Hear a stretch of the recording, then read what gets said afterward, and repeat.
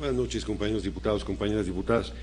No me había dado cuenta del impresionante parecido que tiene con su jefe Felipe del Sagrado Corazón de Jesús Calderón Hinojosa. Él está un poco más abotagado, ciertamente, a saber por qué. Vamos a ver si en las mañas también hay parecido. A las mujeres las violan y las matan por la actividad a las que se dedican. Si las violaron o mataron, no es porque iban a misa. Ellas tienen la culpa de que las agredan por su forma de vestir provocativa. No sé si le suena esta declaración, es suya cuando era procurador en Chihuahua. Esta sola declaración, esta sola, debió haber hecho que el Senado nunca lo nombrara Procurador General de la República. ¿Cómo puede ser que alguien que piense así, que descalifique de esa manera una tragedia como son los crímenes de mujeres en Juárez, esté al frente nada menos que de la Procuración General de la República? Es una barbaridad. Yo ahí les sugiero leer el libro, ya no se los voy a regalar, no sé si los lean. El libro de 2666 de Roberto Bolaño trae un capítulo puro y duro sobre todos los asesinatos de mujeres en Juárez, y solo le mencionaré uno. Una niña de 13 y de 9 años, hermanas, las dos, que fueron secuestradas, violadas vaginal y analmente, y la niña de 9 años murió después de 3 infartos. ¿Me va a decir que la forma en que iban vestidas era provocativa y que generaron ese suceso? Está el libro de Huesos en el Desierto, o está el documental de Señorita Extraviada, que son muy fuertes sobre lo que pasó en Juárez.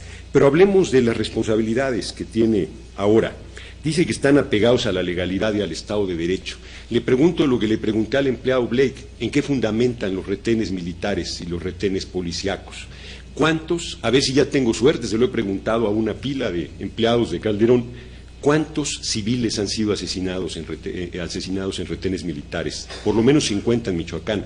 ¿Cuántos en el país? ¿Cuántos de estos son menores? Le pregunto cuántos miembros del Ejército, de la Marina, han sido muertos en esta mal llamada guerra contra el narco. Le pregunto cuántos de los civiles fueron efectivamente detectados que estaban vinculados al narco y cuántos no tenían ninguna relación con ello. Le pregunto ¿dónde está la declaración de guerra al narco? ¿Cuándo la entregaron? ¿Cuál es su fundamento? ¿Cuál es el planteamiento que tienen? Le pregunto por qué, si dice que están del lado de la legalidad, violan derechos y garantías constitucionales de manera sistemática. Artículo 16 constitucional, solo ese le recuerdo: nadie puede ser molestado en su persona, domicilio, papeles o posesiones, sino en virtud de mandamiento escrito de la autoridad competente que funde y motive la causa legal del procedimiento. Y ustedes no solo los molestan, los cachean, los revisan, los lesionan en su dignidad, los detienen sin orden judicial, hacen allanamientos sin orden judicial, hacen ejecuciones extrajudiciales, torturan a la gente que es detenida y le sacan confesiones para incriminar a gente. Y por supuesto que ustedes tienen un sesgo político. Le voy a dar un solo caso, a ver de qué les suena. El 25 de octubre de 2006, la Secretaría de Hacienda y Crédito Público denunció por lavado de dinero y vínculos contra el narcotráfico a la familia Patrón Laviada. La Procuraduría General de la República hizo perdidizo el expediente y por este motivo el 1 de septiembre de 2009 volvieron a insistir, a reclamar de que se proceda. Dentro de ellos ustedes tienen un funcionario, a Patricio Patrón Laviada, que está señalado por la Secretaría de Hacienda, no por ningún partido opositor, de vínculos con el narcotráfico y lavado de dinero. ¿Y por qué no genera el desafuero? Porque, por ejemplo, García Luna es tan ignorante que no sabe que tiene fuero, o Molinar Orcasitas tampoco sabe que tiene fuero. ¿Por qué no promueve el desafuero contra estos funcionarios?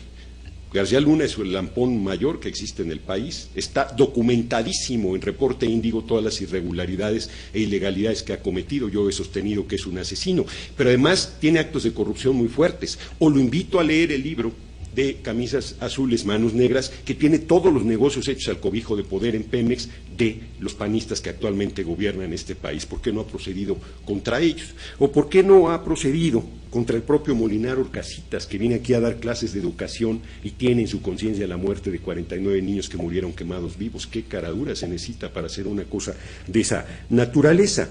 Y puedo plantearle muchas cosas más.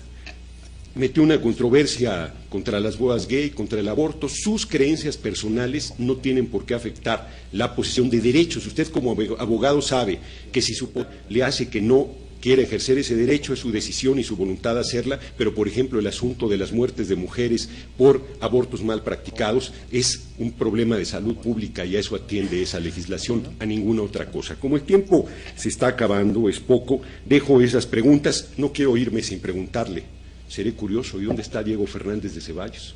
Más de 4 meses desaparecido, ¿podría explicarnos qué ha pasado con él? Gracias, diputado. Señor diputado, ¿desea hacer usted algún comentario?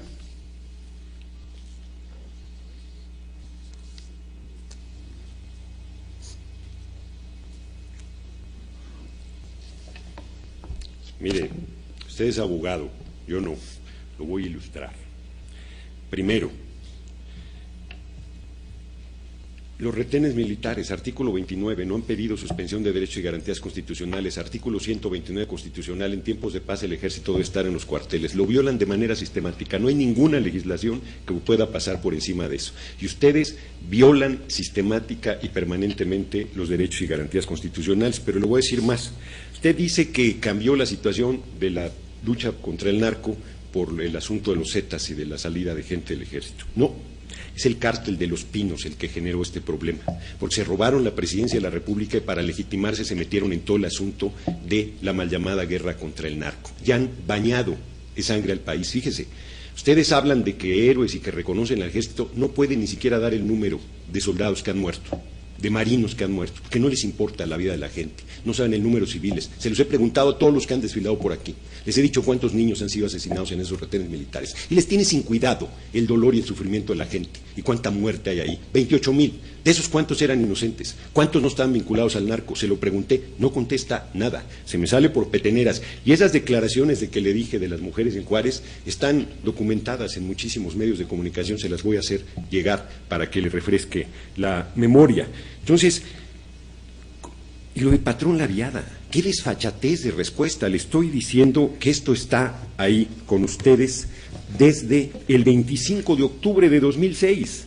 Si desplegaran una 10ª parte del encono que tienen contra los funcionarios públicos de Michoacán, ya lo habrían metido a la cárcel a patrón Laviada y a su familia por vínculos. Lo dice la Secretaría de Hacienda, no lo digo yo.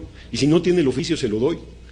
La acusación, y luego el 1 de septiembre de 2009 les volvieron a decir, oigan, no están haciendo nada contra la familia patrón Laviada, y no la tocan en lo absoluto. Le doy una recomendación, meta a la cárcel a García Luna antes de que promueva su destitución. Es uno de los delincuentes más peligrosos que hay en el país, pero por lo menos las cosas de corrupción los tienen a la vista. Tiene una casa de 20 millones que dice que ha ahorrado mucho, por más que ahorre no le da. Aunque haya ahorrado todo su sueldo, no tiene posibilidad de comprar un patrimonio de ese tipo, sin el rancho de 15 millones, sin la casa de 7,5 millones, sin contar muchas otras de las propiedades que tiene. Están robándose el dinero a manos llenas. Le estoy diciendo de los negocios hechos al cobijo del poder en Petróleos Mexicanos que lo han saqueado de manera criminal. ¿Cómo pueden venir tan tranquilos a dar la cara y decir que están en un Estado de Derecho cuando han roto todo el marco constitucional, donde pasan por encima sistemáticamente derechos y garantías constitucionales, donde matan a ciudadanos porque no se paran en un retén militar, o les acusan los muchachos del TEC de Monterrey, por poner un ejemplo, que los querían hacer pasar por narcotraficantes y les pusieron armas y a la mera hora tuvieron que reconocer que no era así. Los 15 jóvenes de Salvarcar, que sigue ese asunto impune, pero aquí recibimos un grupo de madres de Ciudad Juárez que venían a decir, me acuerdo muy bien de una, lamentablemente olvido el apellido, que dijo, mi hijo de 29 y de 27 años, mis 2 únicos hijos, se los llevó el ejército. Sé quién se los llevó, a dónde se los llevó, en qué zona militar, hace 1 año 3 meses, devuélvanme los cadáveres, los quiero enterrar. ¿Cómo pueden ser sordos a reclamos de esa naturaleza?